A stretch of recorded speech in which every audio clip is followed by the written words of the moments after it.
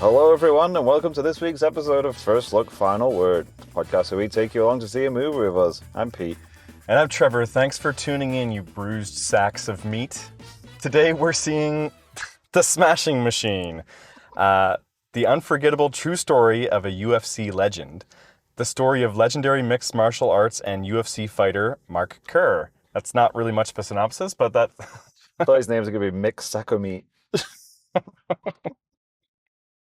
No, I was going for they just punch each other a lot in those UFC rings. I got it perfectly. Okay. It was a great one. Yeah, so this movie famously stars Dwayne "The Rock" Johnson. Famously does. In his, is this his first dramatic role?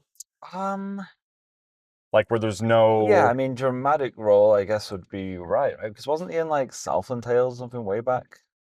I guess so, but yeah, really, I don't know if that was a dramatic. It was just a bit wacky. It was a little more. It was outside of his typical stuff, but I mean, still not wasn't super dramatic or anything. So, but yeah, I guess this is his first proper acting role. I guess you could say, not to take anything away from the Jumanji movies or whatever, but for him at least, showing his range supposedly a bit more. Yeah, well, and I'm sure we'll have lots of thoughts on his performance, but being a leading man in movies like that is difficult. If it was easy, everyone could do it. Definitely. So I haven't really seen anything from him so far that I would think he'd be the type to anchor a movie like this. But I'm interested. It's a definite he's pushing the boat out, right? It's not something he's done before. He's definitely taken a big swing. You can tell he's doing it. Making a point of doing it at this point in his career. He's had point twice, but whatever. It seems to me like he's coming out saying you know what, I can actually act, and here's my big showpiece to show what I've got as an actor at this point. Right. Which to me, I feel like, I don't know about you, but I feel like this seems to be coming a bit late. It seems a bit reactionary to me. He's trying to prove something. Well, and versus an evolution of his acting career. Yeah, this probably isn't a hot take. I'm sure a bunch of people have said this online, but I'm sure he just sees the heaps of praise that people put on Bautista. Yeah, Bautista. And then even Cena. Yeah, recently with John Cena's getting a lot of credit these days. Because this past season and even last season of Peacemaker, he was incredible. Yeah. So he has to think well, I don't want to be known as the third best wrestler / actor. Yeah. And that's not even counting Roddy Router Piper from who also did a really good job. Hulk Hogan and Suburban Commando. Remember that movie? No. Mr. Nanny. I remember Hulk Hogan from Rocky 3. He was also great. There you go. He did many wonderful movies. Yeah. NFC Suburban Commando is that one movie that has the scene in the background of someone trying to drown a dog. I have no idea what movie you're talking about. He plays an alien. I think that's the one where he's an alien and he comes to Earth and he's in the suburbs and he's a commando of some description. I don't remember any of it. Is he still being a Hulkster alien? Yeah, maybe it was Mr. Nanny where the guy's drowning the dog. I just remember he's riding his chopper through the suburbs and it's in the background someone's throwing a Labrador into a lake. Yeah, it's I'm your new nanny, brother. You never saw those movies back in the day? No, that's okay. I could not tell you any single thing that happens in them, but I remember watching them as a big fan of. Well, I remember that scene with the dog, but as a big fan of Hulk Hogan and WWF back in the day, I remember watching those movies with delight. But yes, I'm sure they were awful. But no, yeah. So he's got his work cut out for him. Yeah, it's old Dwayne. It's an interesting point that it's come late, right? Because he is in his 50s now, right? Yeah, and honestly, I feel like it might be a bit too late. Especially because I feel like people are kind of sick of him at this point, and maybe that's another reason why. Maybe his agent was like, "Look, Rock, you need some goodwill. You can't just go coast it by anymore. You've literally burned every bridge you ever went over. Well, Nobody likes you anymore." I will say, when we first started this podcast, you were still a Dwayne Johnson defender. Was I? What was I defending him in? You were just people give him too much shit. Was I saying that?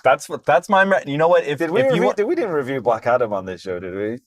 'Cause I think that was the turning point where everyone just lost faith with him when he did that whole thing with DC.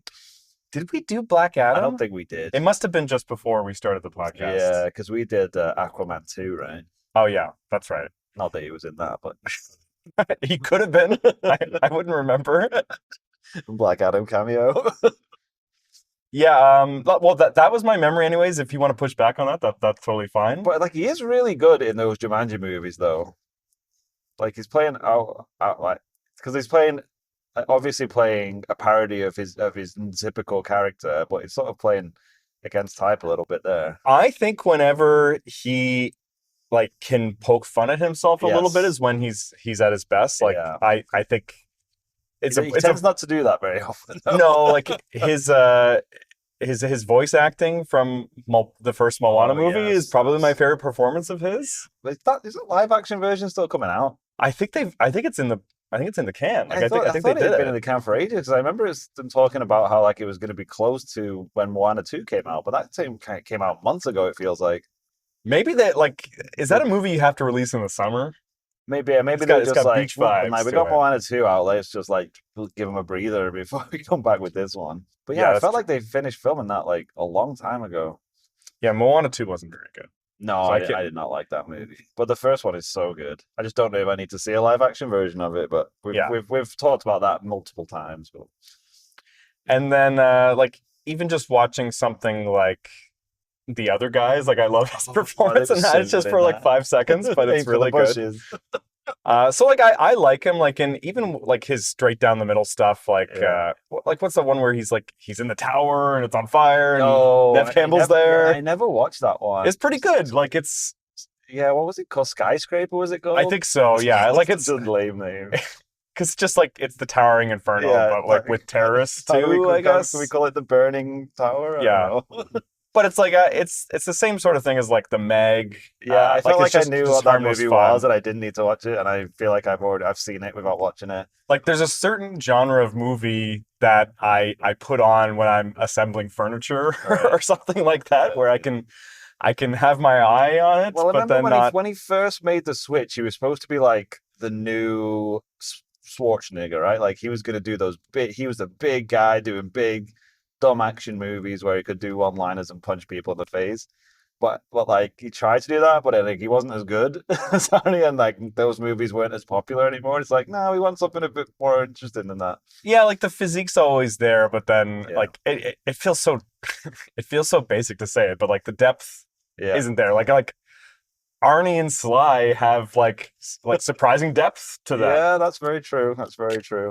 Bruce Willis has almost too much depth to him, and we'll get to that later. Yeah, but like I assume that what Benny Safdie's doing in casting him here, and probably honestly choosing this project in the first place, is that he's looking to do with Dwayne Johnson what they did and what PTA did with Adam Sandler, like show like I can take this guy that people don't take very seriously and show that he has the chops. Yeah, I mean, maybe you're right.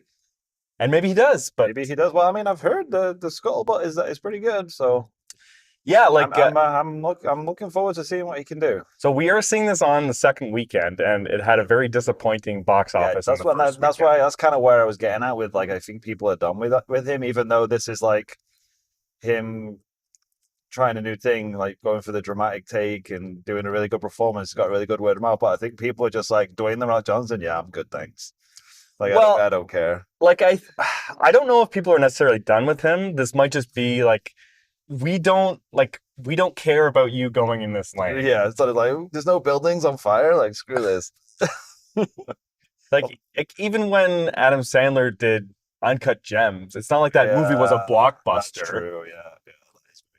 And I can't really think of another A-lister within the last 25 years, like A-list action guy who's gone for like a big role like this. But like, thing is, like, people don't often go out and just see straight dramas like this. No, that's true. Yeah, they probably weren't expecting it to make gangbusters. Although I don't know what the budget was on this one.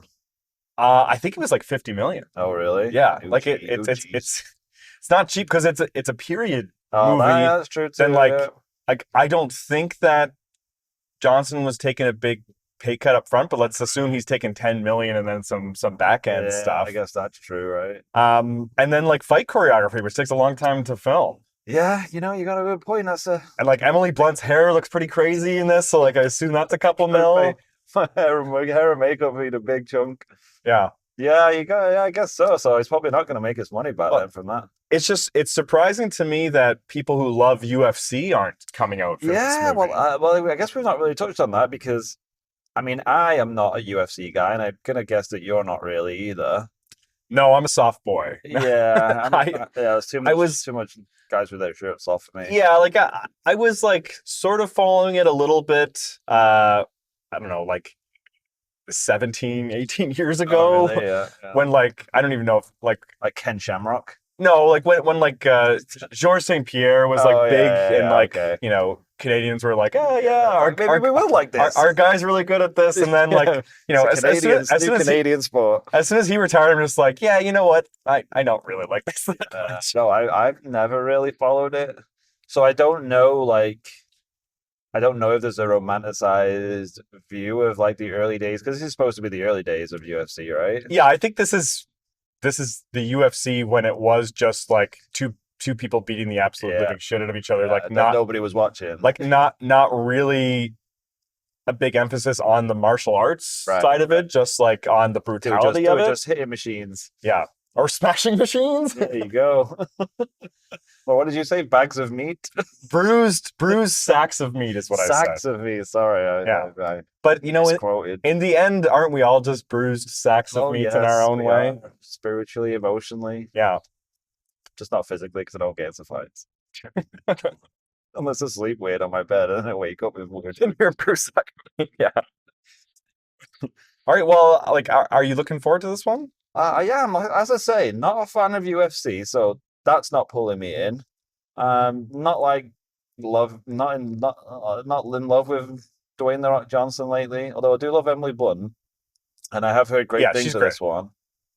I love Benny Safdie. He's I never watched Uncut Gems just because I've heard about like how stressful of a watch it is, and I've just never been in the right mindset to sit down and watch it. Good Time is also very stressful. Right. Oh yeah. I've not seen that either. But I also just love him as an actor. Like he's turned into quite a good actor. Is this the first one that they haven't done a?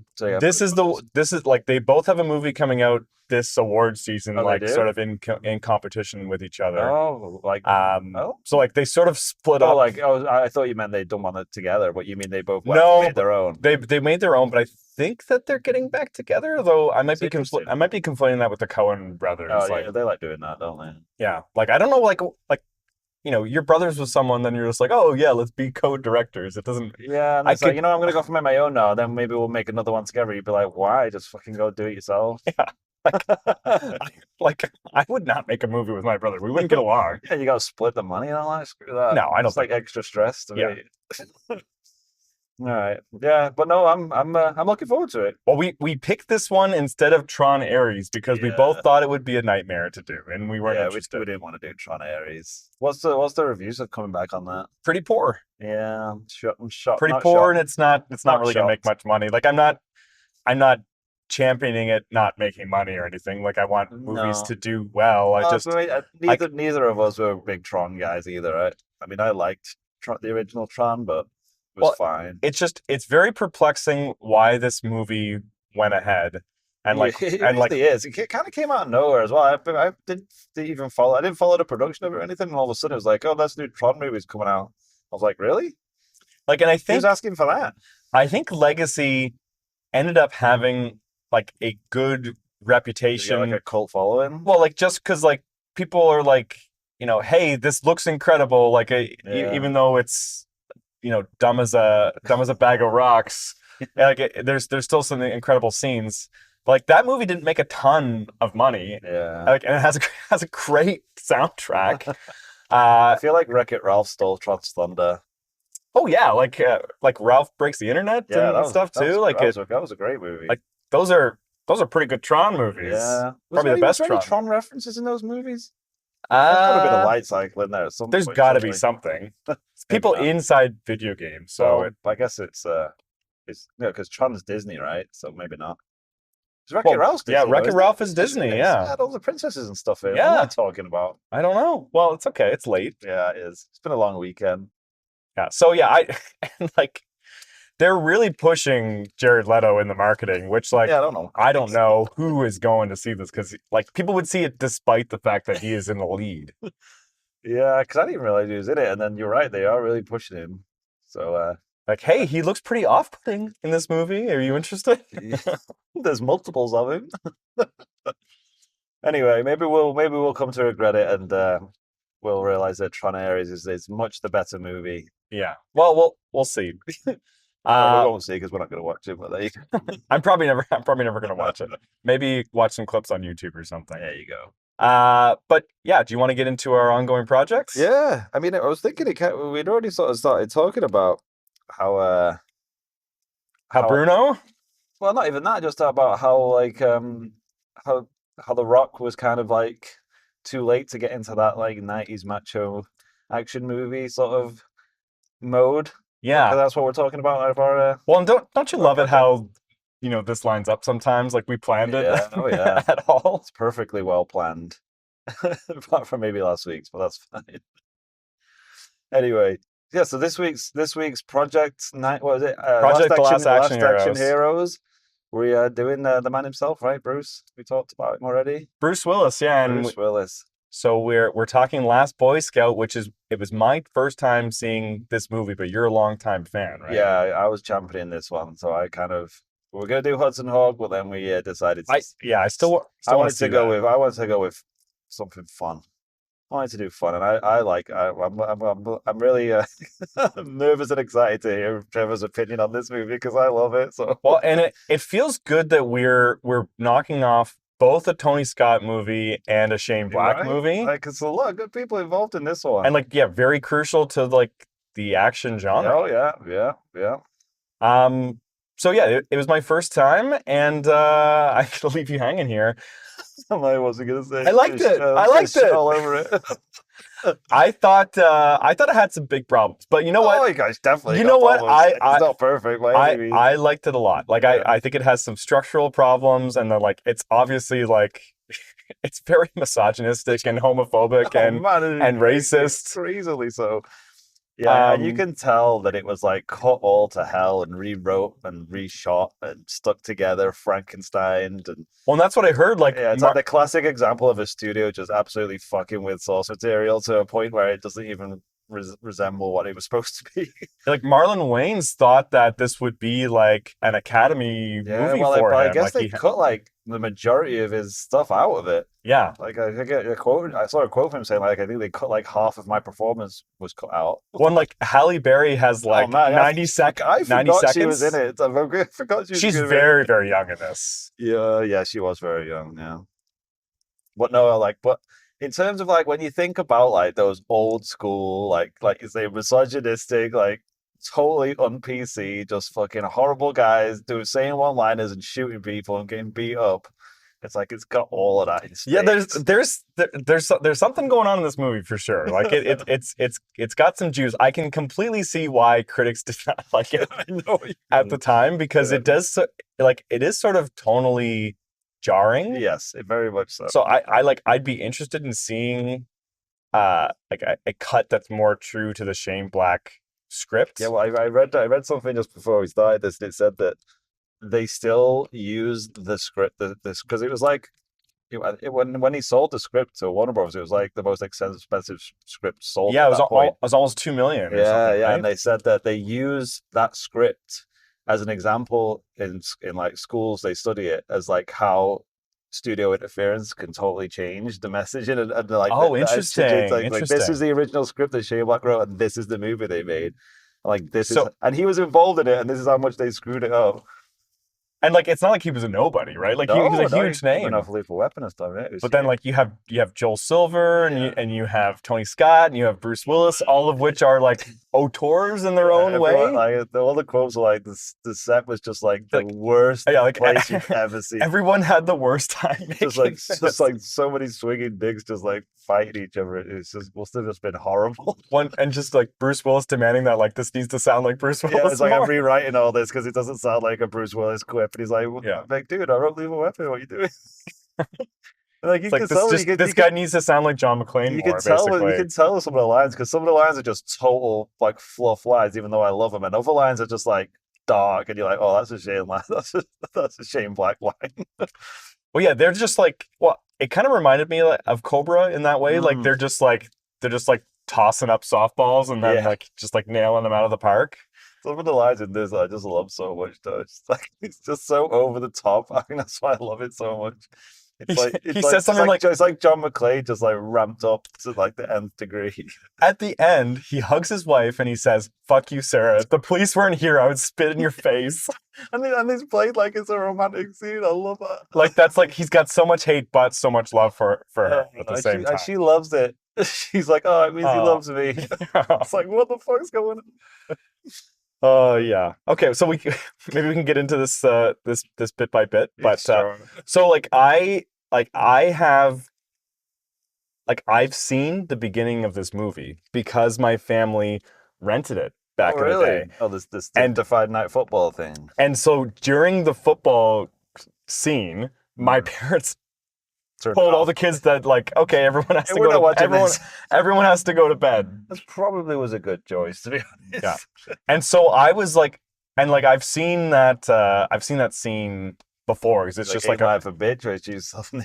Yeah, like it's just sort of a famous scene. Yeah. Totally stupid. I was like, I always wondered why did he do that? What plot that led into, and then I guess like in the Shane Black script, it plays like a crucial part of it. But here it's really just like it's a tonal dressing. Like it has nothing to do aside from the fact that like, you know, well, I think sports that was actually, gambling I think and that pressure. was actually a Tony Scott thing because I think in the original script it doesn't have it's not a guy shooting himself. It's like an assassination of like a public figure or something. Some totally different scene. Oh, I thought it was like that. It was like a shooting at a football game, but it was like it's part of the mystery that's to be unraveled. Yeah, that's what I mean. I think it's like an assassination of a public figure because they're trying to it's legalize not like gambling. It's not the football player himself that's going on. Okay, no, I don't think so. I gotta read this script. Yeah, I want to read it too. I shouldn't have said that.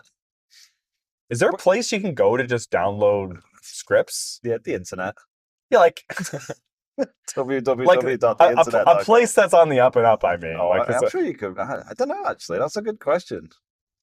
I don't know if it's like copyright. I guess. Well, I don't know if Warner Brothers still own it. I guess I don't know. You have me intrigued by the fact that they study this as like maybe you'll have to go to film school or something. I don't want to do that. Yeah, but honestly, at the same time, though, what I've read from the script is that it's just like super dark and nihilistic, and just like a total like, because it's supposed to be like, not a satire, but like a study of like that macho bullshit and like how it's just like how horrible it is, and it sounds like it'd be pretty dark and depressing. Well, yeah, like it's like a totally different movie, basically. Like the themes of this movie are kind of decades ahead of its time, and that like all the pressure we put on professional athletes and like the trauma that they put themselves through and like the drugs that they have to take to kind of dull the pain and stuff like that. Like it feels like this is made in a world where like CTE was a well-known yeah, that's true because it was before all that, right? Yeah, and like it does feel kind of strange watching this now when like every other commercial on TV is for online gambling. That's very true. Yeah, I not even thought of that. Yeah, but I think people forget how dark that first Lethal Weapon movie is because that's super true dark. As well. Yeah, people think of Lethal Weapon and they think it's just like, oh, it's two best friends. Yeah, just like, oh, whoop, whoop, whoop, whoop, whoop, he's a crazy guy. And he's like, no, he literally was suicidal. He was crazy, and he almost blew his brains out. Like he was trying to die. It was very dark. Yeah. He was trying to commit suicide by doing his job. That's fucked up. Yeah, but that's what happens with those movies, right? As soon as they get popular, then they do a bunch of sequels to just water it down. So like I was sort of leaning towards us covering Die Hard, but I'm actually glad that we didn't. because like this, in a way, it's almost like more representative of what Bruce Willis brings to the action genre, because like he is sort of playing John McClane in a way here. That's Like, it's like John McClane's like much worse brother. like to me, Bruce Willis is great at playing like, you know, I'm a sort of has been, but I have some undeniable skill. Like I'm very blue collar, I'm everyman, but I'm not like a big guy and I'll get the shit beat out of me, and I'm this smirking wisecrack who it's like I'm an asshole, but I've got morals and I'm a good guy deep down. Oh, he's a Boy Scout. He's a Boy Scout, but he also doesn't give a shit and drinks and smokes. Punches people. Oh, I was gonna look into this, but then I forgot. So maybe. But like, great way to start a sentence. How many movies do you think Bruce Willis starred in where he had like an ex-wife, or he's separated from his wife, or like his wife and him are on the down and out? It might be easier to try and name a movie where that's not the case. So I was thinking it's like all the Die Hard movies.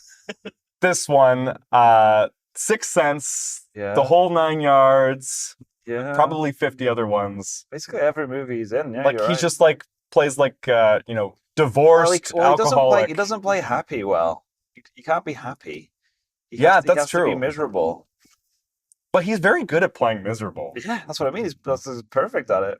Well, and that's why I said I think out of all like the mainstream action stars, like he does sort of play it with the most depth all the time. Like he's not the invincible hero. He's just like he's a downtrodden everyman who just happens to just have more fucking get up and go than the next guy. He just won't give up. But like he's always playing as someone who like I don't give a shit. I just want to smoke. But really he's just like, oh, I'm in like incredible amount of pain. Like I every day I wake up and it's just like a turmoil that I live in the life that I live. Exactly. No, and it is a great movie to sort of, especially with what we're doing as we're going through like those times and those guys. And this is like a perfect example of like those kind of movies and how they were made during those times, and how it was basically just a machine and they would churn them out. Yeah. But then you'd get these like gems, I would say, that come out. Well, there are a lot of problematic parts of this movie. Like, I think the most problematic is like his wife having an affair, because it gives me such ick. Like it's with his best friend who's like maybe trying to kill him by giving him this assignment. It's the more that unfolded, the more it was like, what is this guy doing? It's like he's banging his wife and then giving him a job and then hoping that the job is going to get him killed. Like, that's pretty dark shit. Yeah. And like, no offense to this actor, but like, why is the wife having an affair with that? I feel like it kind of felt like she was doing it just to get at him. I guess so. But yeah, I know what you mean. It's like, oh, fuck you know. And then like, he's not even really mad at the guy. He's just like, well, he's still a great guy. I love that so much. I'm gonna punch him in the guts once, and then we're fine. It's like, it's my best friend. Because how long have we been friends? Like, right up until you dick in my wife. Well, and I love the line. It also sort of doesn't seem like they've been friends for that long, because like he only recently left the Secret Service. Well, yeah, that's very true. Maybe they were buddies from college. I guess so. I don't know. Yeah. So like that. Don't worry about the timeline too much in that. Like that stuff's problematic. Like I think there's so many little comments here and there that you're just like, oof, you can't say that. And like, yeah, like him talking to his daughter, I'm just like, man, don't talk to your daughter like this. That's a hard scene to watch, but she was so good as well. Though. She was giving it back to him. She was a very good actor. Like, it was very funny hearing. I actually looked up if she had been in, what she'd done in her career, because I thought she was really good in it. But did she do anything else? Nothing I know. But like, I feel like having a teenage daughter that hates the dad is like a big trope of these movies. Like, very much so. But normally they're just like the archetype of like, I hate you, dad. Like, so she was like actually fucking giving him one-liners back and like destroying him. It's like, you're a fucking loser. like literally. When she's talking to David Wade's like, what's the number on your head? And he's like, oh, it's like a high school football thing. He's like, oh, when'd you graduate? just like killing him. He's like, I didn't even do anything. I'm gonna go in the kitchen. Yeah, I was like, I guess I'm gonna leave you alone then. Yeah. I do think that that Wayne's and Willis do have pretty good chemistry in Yeah. here. Like it does seem a little strange that like Wayne's would get cast in this, but then It's kind of odd, right? he's not really allowed to be that funny in the movie. No, like they did. I would be interested to see those stuff they cut out. Like Because he did another movie, must have been around the same time with. He did Bulletproof with Adam Yes. Sandler, yeah. Which like he's just Love that movie. like Adam Sandler's the straight man in that, Yeah. and he's the cut up. And to then- go back and watch that because I remember loving that movie, but that's probably horribly problematic these days. It's probably pretty bad. Like did you ever see Major Payne? No. I love that movie. I think like Who's in that? that's Damon Wayans. Like Okay. he plays like a drill sergeant who Oh, really? gets like kicked out of the army because he's too intense, and so he starts teaching at like a boys' military academy or Okay. whatever. It's pretty good, but like I imagine it has like 11% of Rotten Tomatoes. Like his career, he never took off, right? He was more of a TV guy, I think. no, and I was gonna ask you, like, did In Living Color like I never, play I in didn't, I've never England? even heard of that. I remember the one. I remember seeing him in the sitcom, but I think it was after his movie stuff. Okay, Can't yeah, remember what it because was called. He came back to DP. so you don't really know much about In Living Color then? Oh, nothing at all. 'Cause I don't that- know what it's about. No, it's a sketch comedy show. Oh, is it? Yeah, I can't believe I'm telling you about that. Yeah, Nope. so Like it was. Jim Carrey, Jamie Oh. Foxx, and all the Wayans brothers, that's why they all got their start. Oh, and really? Jennifer Lopez got her start as a dancer on that show. Nope, I've never seen any of that stuff. Yeah, so like That passed me by completely. so Being in Manchester, England. well, Not getting involved. there's It's weird. There's some things just didn't There's- travel. I'm telling you. but there's plenty of like great sketch comedy in England. So like it's not Yes, like you were that's looking fair. to import No, stuff they that much. really Like you guys I imagine like do you guys even watch SNL that much? No. Over there? No, Okay. no, Like stuff like that just say didn't like travel. because And like North American sketch comedy doesn't really catch on in England. It's not. It's a different kind of humor. yeah, well I know like, Like British sketch comedy is quite different. I've showed you some sketch comedy scenes that I think are very funny and you're just like I don't think this is I funny. watched that entire show, by the way. Did you like it?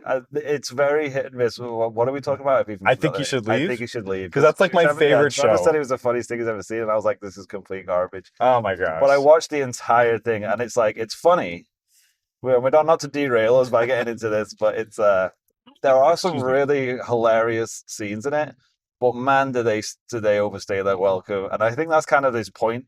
Like that's kind of his shtick that he just like beats it into the ground. But I'm just like it ruins it for me, and I'm like it's too much now. Like your joke was funny, but don't make it into a 5-minute scene when it was only funny for 10 seconds.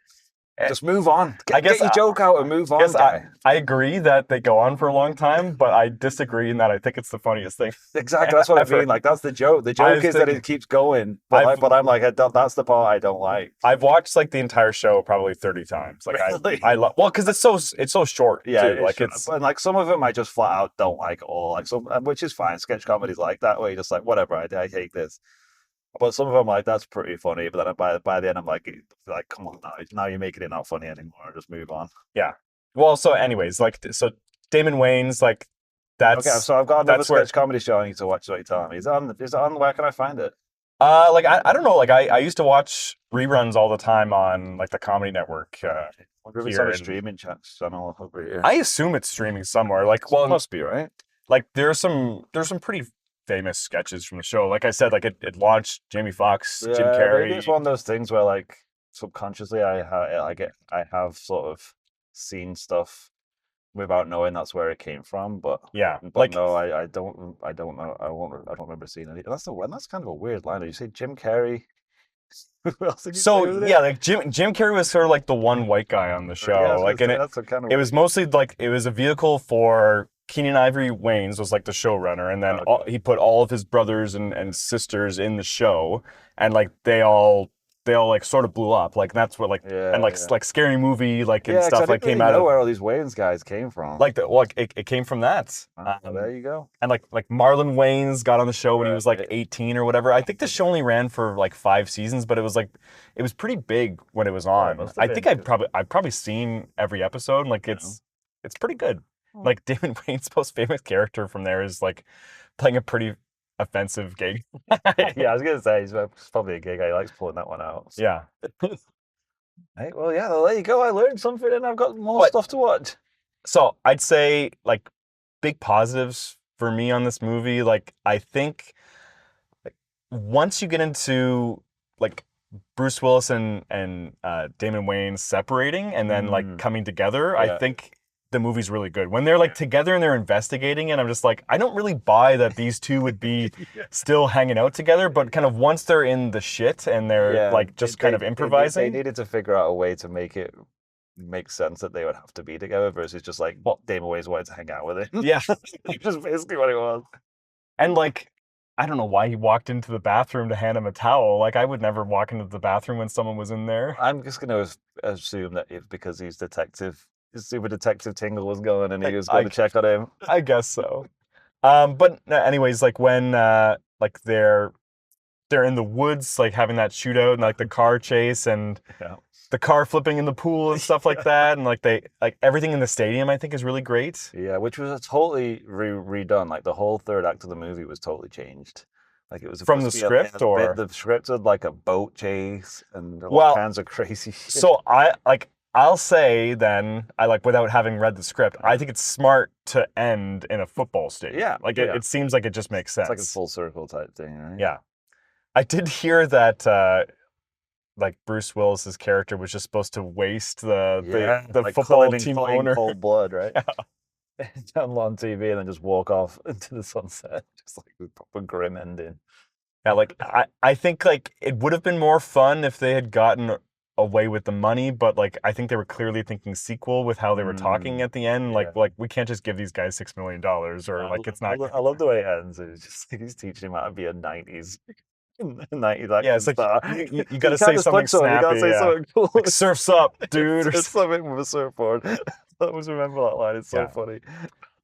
So no, like I don't know what I would rate this movie, but it's a tough one, right? I had a great time watching it. Like that's the thing. I love watching this, and I know, like realistically, and logically, I know that it's massively flawed. But whenever I watch it, I just love it so much, and I think I watched it way too many times because like every scene, I'm like, I remember exactly what's this scene.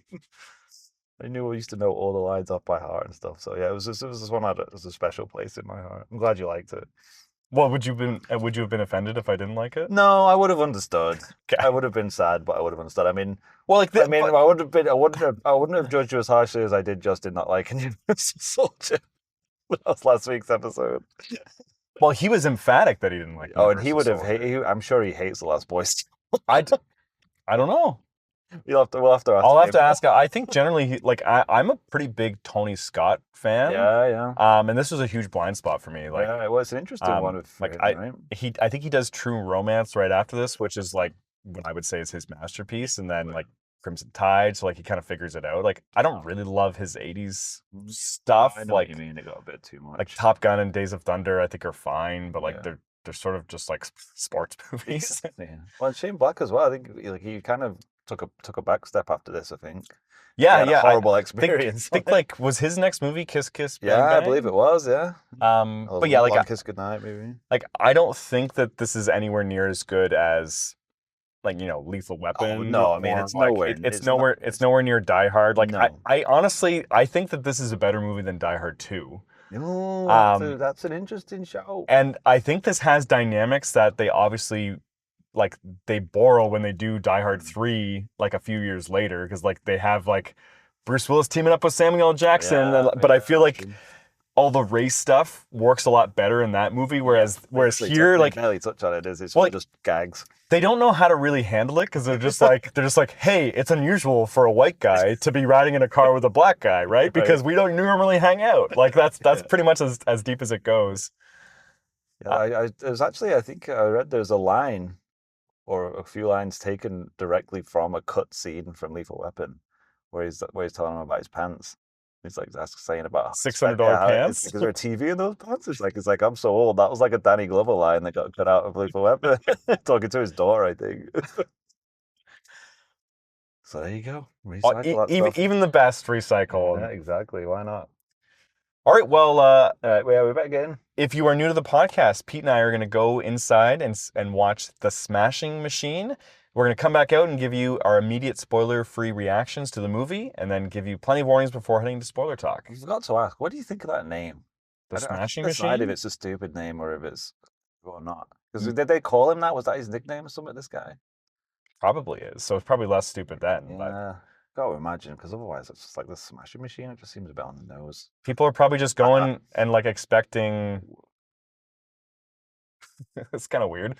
Yeah. People are kind of just expecting like maybe a Smashing Pumpkins documentary or something. I don't know. Who knows? All right. Well, wish us luck, everybody. Yeah, go anyway, guys.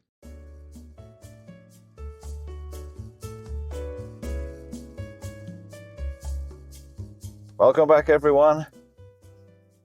I keep wanting to. It's Smashing Machine. The Smashing I Machine. don't know why I keep wanting to call it the Hitting Machine. Well, that's the sequel. Gotta wait for it. It's a bit like if Wallace and Gromit were doing a movie, Smashing Machine. Smashing Machine. Smashing Machine, Gromit. That's a callback for the Back, for the long time fans. Back to our Oddman days. Yeah. Yeah. Anyway, we've just seen Smashing Machine. What time is it? Like, how long is that movie? 2 hours? It was over 2 hours? So the time listed on Letterboxd was like 2 hours 5, but I clocked the time before credits at 1 hour 57. Yeah, so it didn't seem like it was overly long. Yeah, one can say that. So time wise. Yeah, one of my more controversial reviews is when we reviewed Iron Claw. I was a little negative on that. Yeah, a bit of similarities to this one actually, I would say. So I like before before I put my foot in my mouth again. I was pretty up on Iron Claw, and you were not. How are you feeling about this one? I did not like this movie. I'm just going to put it out there. I will also put it out there that while I thought the movie was incredibly well made, I didn't like it. Yeah, I didn't even like how it was made, if I'm being honest with you. Okay. Yeah, I was kind of struggling to find like positives, I should say, I guess, which sounds harsh because it wasn't like it wasn't a badly made movie or anything. I just didn't. I have plenty of positives, but like, yeah, what is this movie trying to say? Yeah, I think that was my struggle.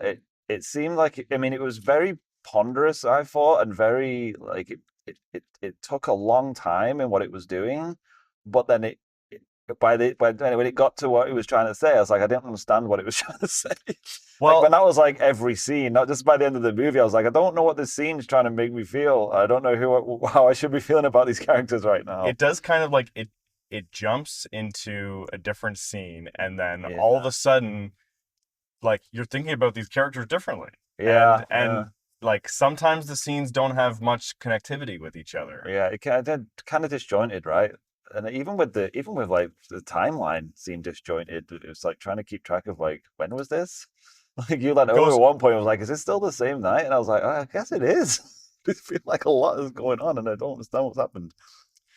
Yeah. And like the end title cards come on, and it sort of gets at like one of the movie's DCs. I think it's trying to be about a couple of things. Yeah, but by the time it gets to that, it's like that it's saying that. I was like, oh, that was the point, was it?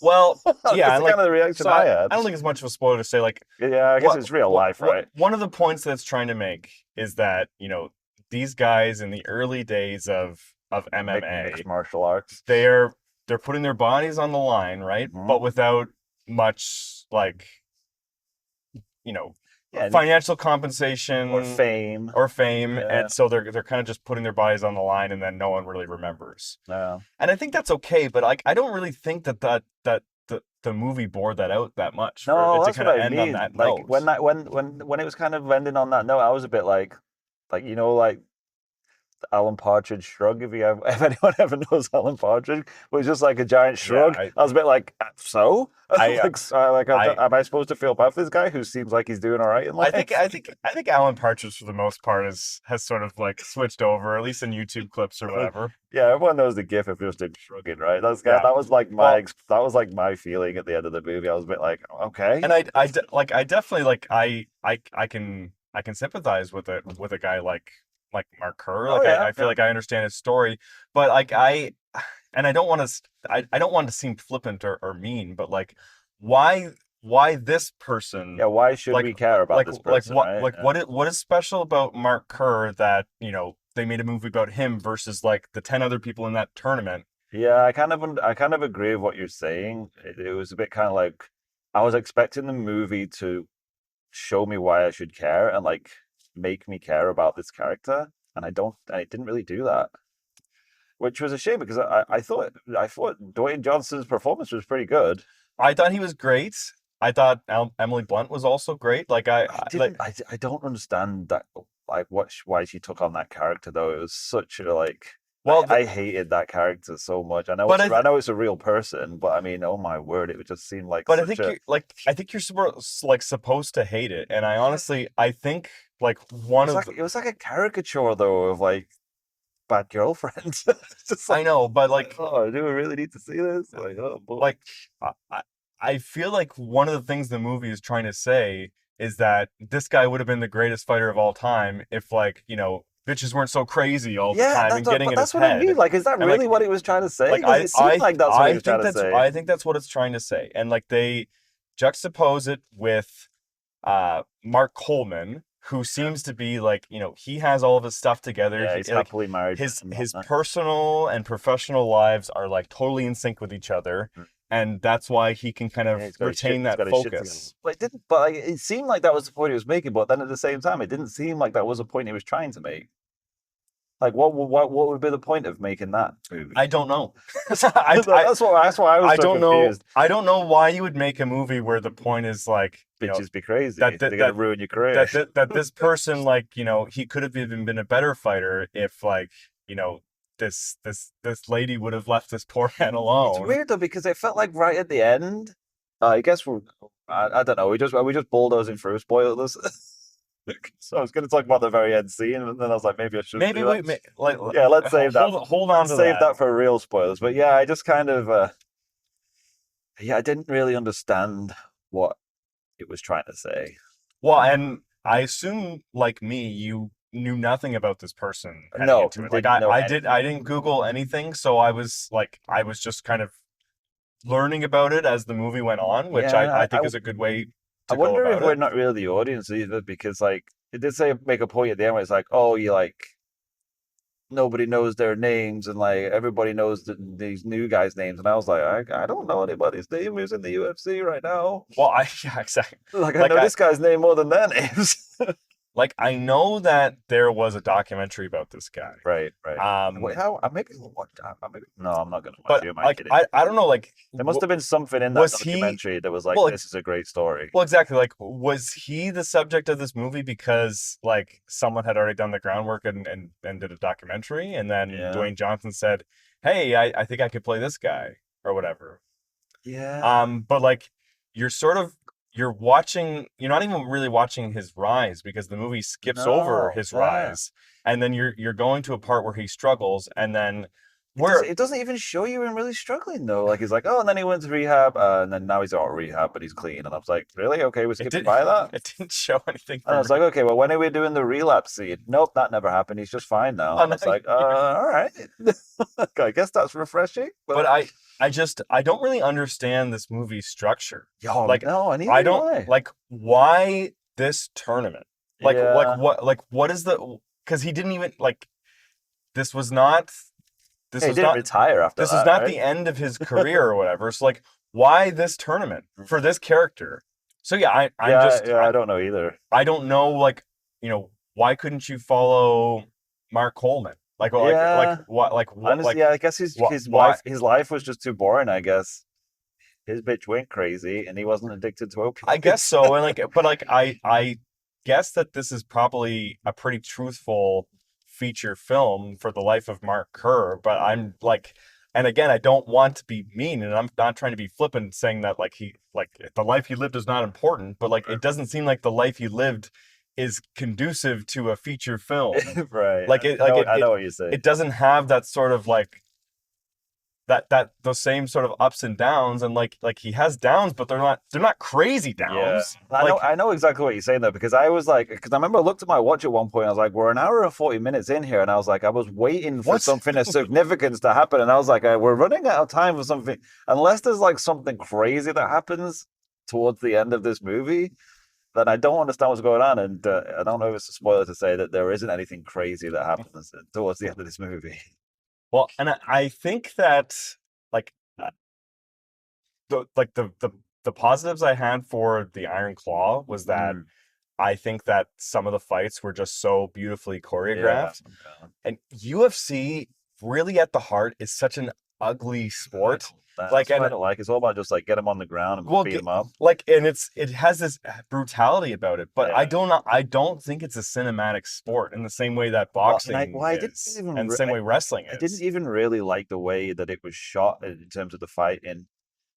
No, I don't like it. It was sort of just like It was because he shot it the same way that he shot like all of it. It was just like the camera following them and like the perspective from the side of the ring and like trying to handheld thing. handheld like running around the backs of people, and it was just like I think I agree with you. Like I don't get what think I it was think a I negative. get what he was doing, and I appreciate the choice, but I just it wasn't visually interesting to me. Well, and the fights especially feel more like documentary style. Yeah, exactly. The rest of the movie, like, I think looked really good. Although I do kind of object to 1999 looking like 1975 for some reason. Yeah, I was like, I remember that. Was it like this? Like maybe that's just my memory of it, but yeah, it did look like it seemed like it was way older than than the late 90s. That was not long ago, right? He was in the doctor's office and they were playing "Fly" by Sugar Ray, which you and I both started laughing at that. But it's like, how do we date this scene? Put your arms around me, baby.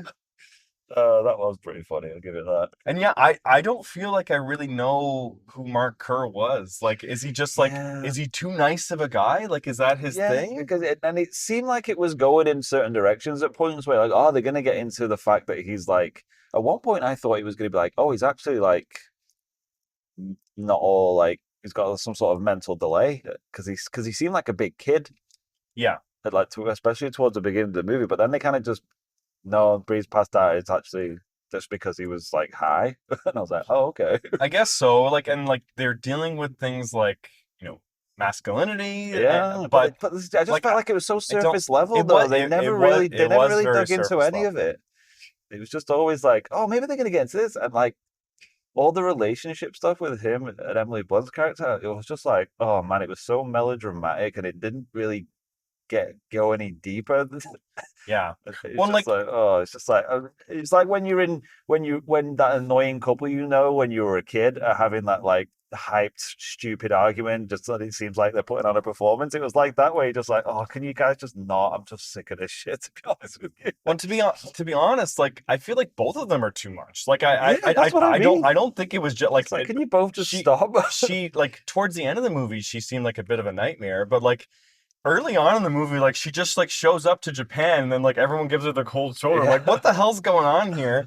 And like they just seem like a regular couple that don't really get along and probably shouldn't be together. There's nothing like epic about their relationship that again it requires this sort of treatment. I don't think the movie really overtly showed you like how you should feel about them though as well, like because without spoiling it, like when she shows up to Japan, she was like, oh, like he's been out drinking and partying and stuff and I've been worried about him, and like in that moment I was like, is she lying or is that like true? Because they're not showing us any of that, and he doesn't seem like the kind of guy that would be doing that, but I think that's supposed to be true.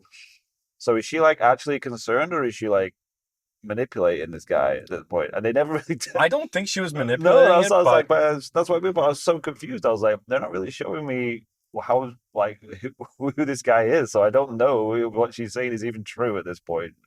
It's just really funny, like how like they just had all these passive aggressive comments they're all saying to each other, like. And he's complaining about his protein shake and that there's leaves in the pool. When that started, I was a bit like, oh, I'm into that, because it's like, this is the kind of stuff this is just the slice of life stuff that fucking irritates you in relationships. But then it never really went any further than that. It just kept doing it, and then it's like, oh, we're an hour into the movie, and now he's complaining about his freaking cactus.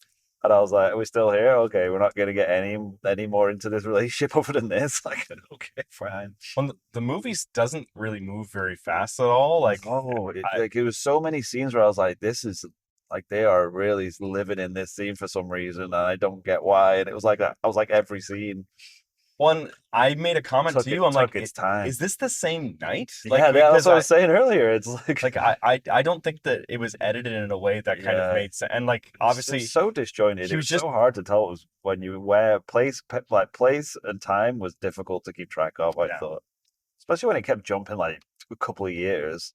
It has like a chill jazz score kind of going on in the Right. background, which like Yeah. I sort of appreciate Yeah, it, but I didn't mind it that. it does make it feel like it's just sort of hobbling along a little bit. Yeah, it definitely like the term I was thinking when I was watching is like it's very meandering. Just like it's like taking its time with Yeah, well, everything, which is can be fine. I'll say meditative to be Yeah, a little okay. kinder, but Yeah. like I don't know what it's meditating Yeah, and on. that's what I mean. That can be fine if like you get it and it's like, oh, it's just like it's just living in this point that it's making, which is fine, I guess. But this one I was like, man, it's meditating a lot here, and I just feel like it needs to get on with it and do something interesting. Yeah. Yeah, I feel like I'm being way too down on it. No, like, and I don't think it's a terrible movie. It's just Yeah, it's it's not horrible. it's I a just little perplexing to me. More that like this is the project that both we're like all like Benny yeah, Safdie, like going in, Dwayne we were pretty Johnson, excited. Yeah, and Emily Blunt yeah, all chose to do this one, yeah. Like I'm and it seems honestly confused about what Emily Blunt saw on the page that she was like, "This is a great part for me." well there were so many like meaty scenes where they're like in a fight with each other and I like mean, she's I being dramatic guess. and then like you can picture them playing one of those scenes at the Oscars. It's like I mean, I because like suppose. it does seem like this is a vehicle to get Dwayne Johnson a nomination and to get Emily Blunt to win. Think. I think so, and I don't think either will get. I don't think this movie got nominated for anything. No, I was gonna say I feel like it failed in that task. Yeah, But I know well, what you because but I know what you mean. It's like we need the scene of her smashing something and them having a big argument and him punching a door that'll look good in the trailer. yeah. Speaking of which, like I don't know, like do they really need that door between the living room and the kitchen anyways? Like it feels good to, Well, I that mean, they can get that out. You want to open up that yeah, I space. mean, maybe it's just there so we can smash it up because I think it was just there so we could smash it. it did seem pretty hollow and like easy to smash up. I don't know, like what function is that door serving? Like what are you closing that on? Yeah, that is a good point because the rest of it was kind of open anyway, wasn't it? Yeah, and like it's not like this is like a Well, 70s house or back whatever. in the 70s, This is Trevor, as we all know. this is a 90s new build. Yeah, I don't know. Yeah, there was a lot. You wouldn't put a door there. You got to keep the flow Well, I there. mean, it's California, isn't it? They do. No, that was Arizona. Oh, was it? Oh, who knows? There was a big thing with all the cacti. Oh, yes, of course. My bad. I love it. I guess I don't want to start spoiling lines from the movie, but there was a great line he had that I loved. Yeah, there's some bits that was just like, that's what I mean. There was a lot of bits where I was like, is he supposed to be like, he came off like a child sometimes. It's like this big hulking man, but like kind of like the heart of and mind of a child. But they didn't really get in. Like, I don't think that was the point they were making. It was just like one or two lines where I was like, is that what they're saying? But they're like, no, I guess not. Yeah, I don't know. Like I think ultimately, if the movie has an opinion on Mark Kerr, it's that like he's a really nice guy and Yes. he deserved more recognition and Yeah. he probably didn't get the shake that he deserved. I don't know. Yeah, I don't know either. What did you think of? Like, I've forgotten his name already. His friend, Mark Coleman. Mark. What do you think of the actor who played him? I thought he was kind of weak.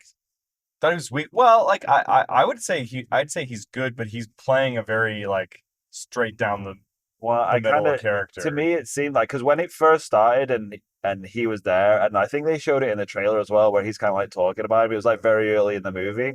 I was like, oh, this is a UFC guy they brought to do a cameo. Because it seemed like when they pull someone from the sport to do a cameo and they're like a little wooden and like not like there's just something off about the performance. I was like, oh, maybe that's why. But then I was like, oh, we're an hour in. I guess he's a main character in the movie, and I was like, I still had that opinion where I was like, oh, this guy's actually pretty wooden. So I looked it up at the end of the movie, and he is a UFC guy. Okay, yeah, but he is an actor in his own right as well. I just thought I thought he was pretty good. Like really, I just felt like he didn't change his facial expression for the entire movie. And Well- not that he was bad. Like, I'm not saying he was terrible, but it's just like there was there was really heartfelt moments that he was supposed to be in, and I just felt like he was just like there, buddy. And maybe that was the character, but I was just a bit like, Yeah, like I wanted to get more feeling from this guy. maybe not all these people have that much interiority. I mean, I guess I just kind They of do get punched in the head a lot. it just felt like by the time I realized that for me the focus of the movie was kind of their relationship, and Was it? well, it definitely seemed like where it was going towards the end. They were ramping up all these guys are like being lifelong friends and all this stuff. I was a bit like, really? Yeah, this guy, okay. So maybe we should think about going to spoilers. Yeah, I think we have to. I feel we've like trampled on it at the edge of spoilers for a bit. I might have to go back and cut some out. But Yeah.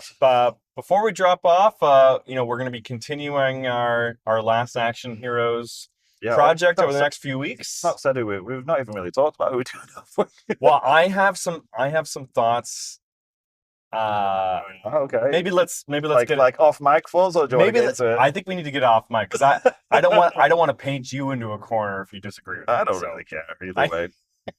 Okay, just paint it. Go on, do it. You get do Under Siege. Let's do it off mic.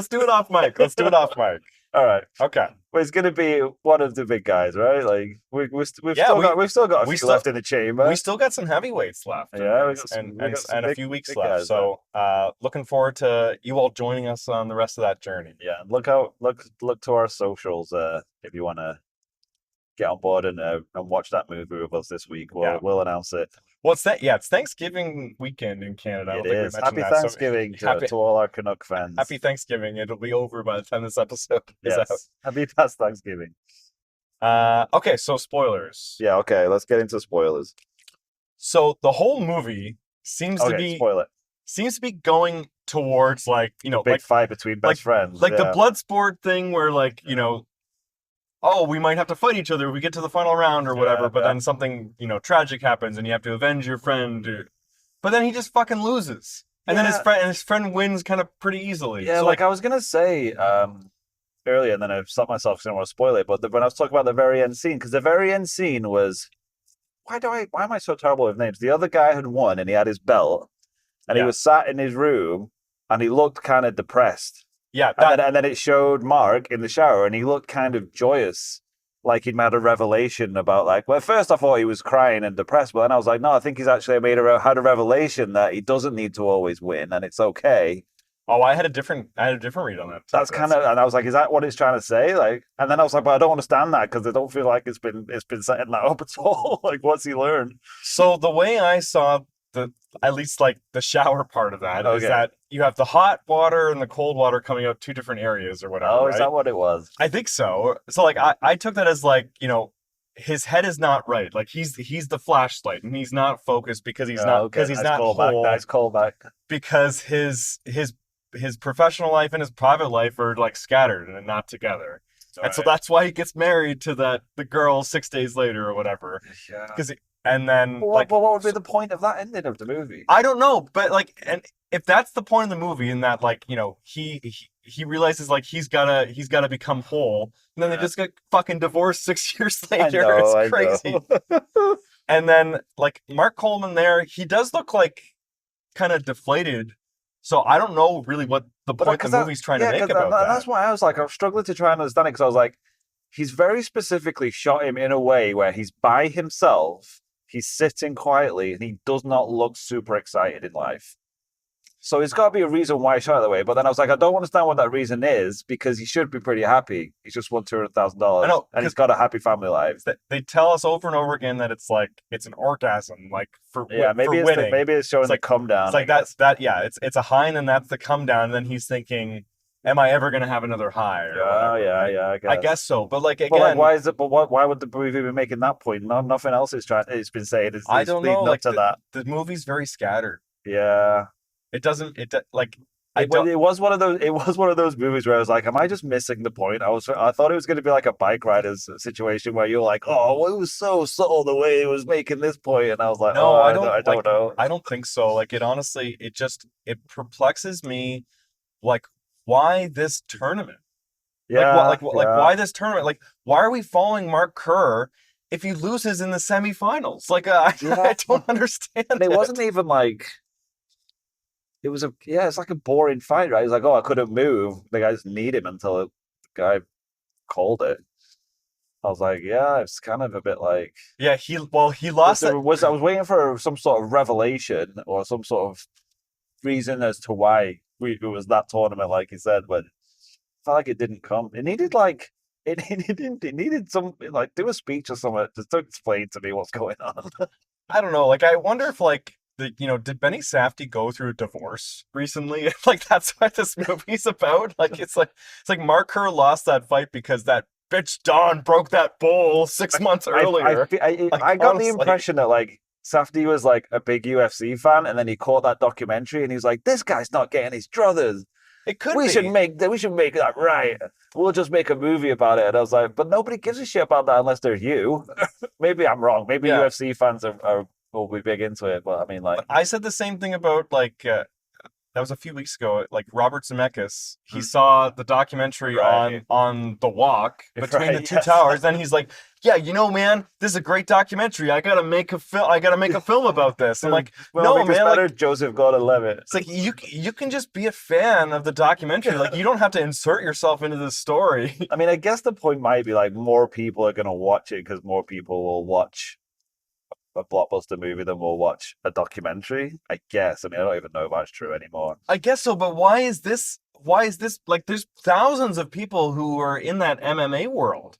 Like, Yeah. why is this person why did like I don't think he's like, is he a microcosm of all those people? Like, I don't get that I mean, impression that the movie's making that it's like there argument. wasn't that many of them, because I thought it was going to be more about the UFC.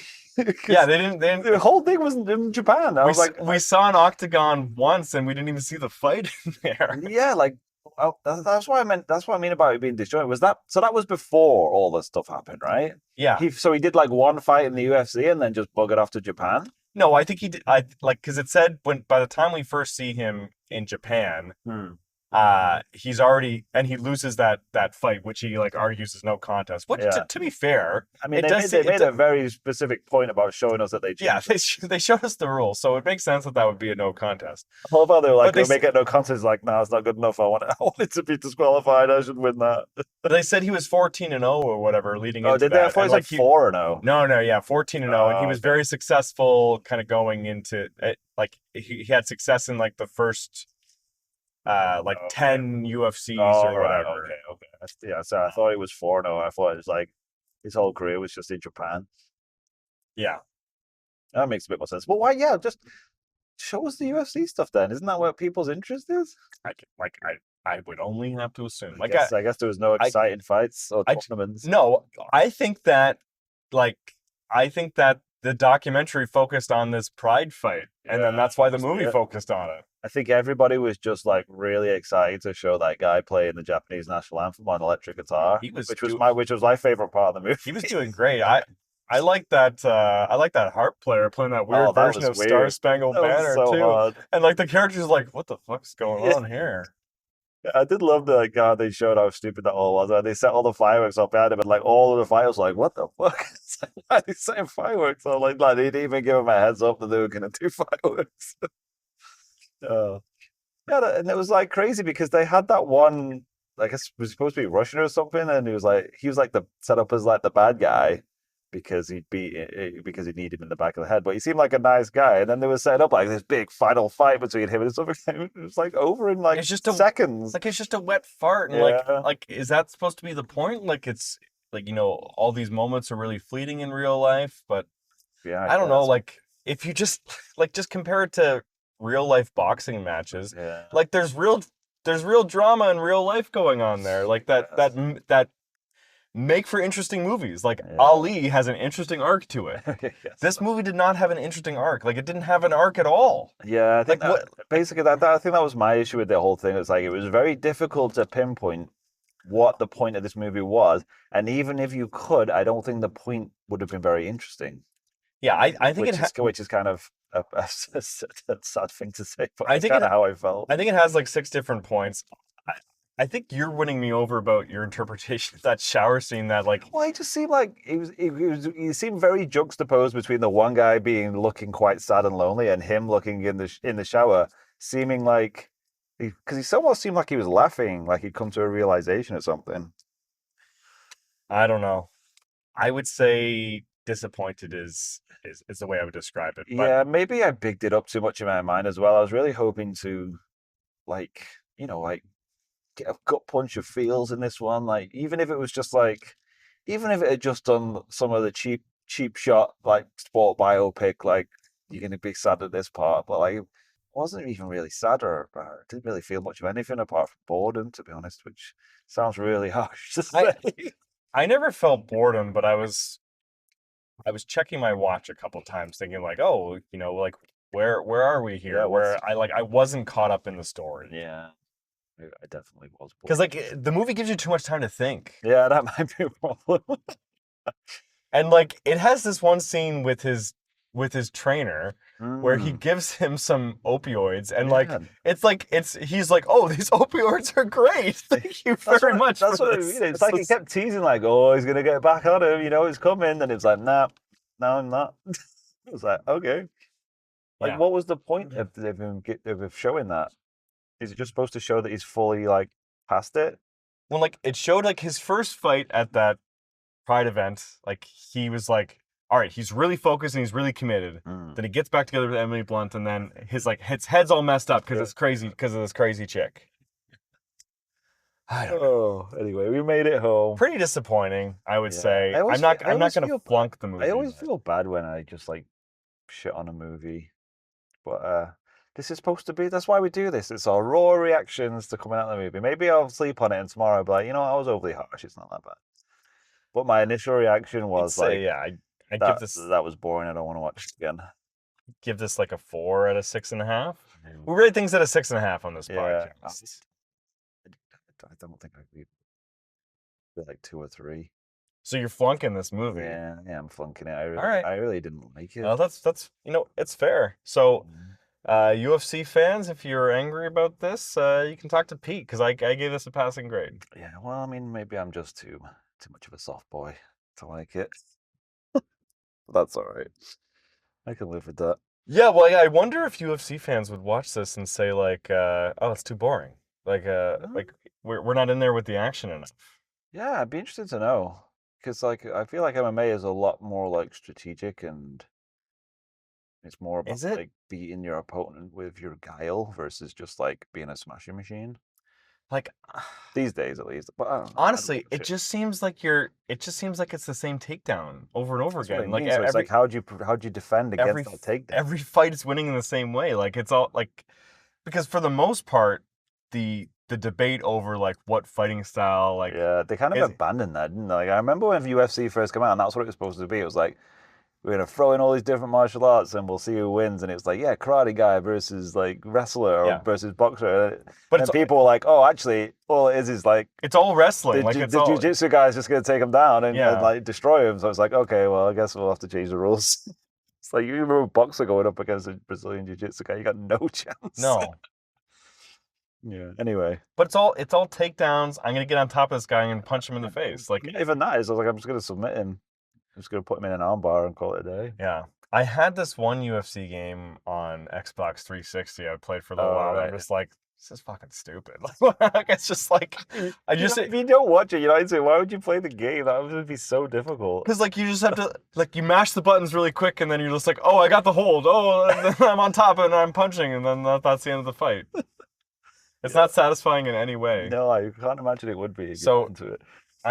I know people love UFC. I'm just being true to myself. It's not for me. No, I've got some friends who are really into it, so probably come for me. But well, whatever. I've just never been into like seeing people Yeah, I don't like bash each don't other in like the combat face. sports in general. I don't like boxing or Like anything like that. I appreciate like wrestling more and that like there's like some showmanship in Like it. Olympic wrestling or like No. WWE. WWE. It's like I was gonna say I Like, appreciate I love those leotards. I do appreciate the leotards. I appreciate the showmanship of wrestling or whatever. Like I Yeah, don't well, that's like pantomime, isn't it? yeah, and I like the athleticism on display and the creativity of like how things are choreographed. Okay. But like the fact that like and I know people's bodies are on the line, but like I don't like watching a boxing match or UFC, I don't enjoy seeing someone's like head get fucking smashed up. Like it just doesn't appeal to me. I agree. I really don't even like fights in hockey, to be honest. I know. Oh, no, now you're gonna ruin all of our listenership. Come on. I think it's good. It's good to get it fired up or whatever, but like I don't know. Like sometimes it just feels so like, especially nowadays, feels very performative. Nowadays, yeah, for sure. All right. Well, yes, we hate violence. We hate We'll put the soapbox away now. We hate violence except if it's in action movies, in which we absolutely love it. Unless some guy says, "Hit me again, I'll kill you." Surf's up, dude. Oh, we didn't talk about Hit Me Again, I'll Kill You. That's my favorite part of that movie. Touch me again, I'll kill you. My least favorite part is the dance a jig thing, because they introduced. Oh, it was so weird. They introduced that so late in the movie, and then they say it like 3 times, and then like he starts dancing, and like, was I supposed to be surprised at this? Like, I just kind of love how really random and stupid that is. And I love the fact that he gives David Wayne the chance to say, you know, for a dancer, he's a pretty good dancer. That's the stupidest line, but I love it so much. Got Willis going like, yeah, you know what? I'm gonna dance the jig. If this all goes He's well. like, what? And then like 10 minutes later, he's just like, guess I'm not gonna get to dance that jig. Oh yeah. Oh man, I love that movie so much. I want to watch it again. Okay, go and watch that one. Anyway, we're done. We're home. Okay. Should we just call it now? Let's call it. Tune in next week for blank and blank in the blank. In the blank? Yeah. No, in the movie, the blank. Oh, okay. That just sounded like F in the A. Yeah, F my blank in your blank. My God. Oh my God. Anyway, that's the final word.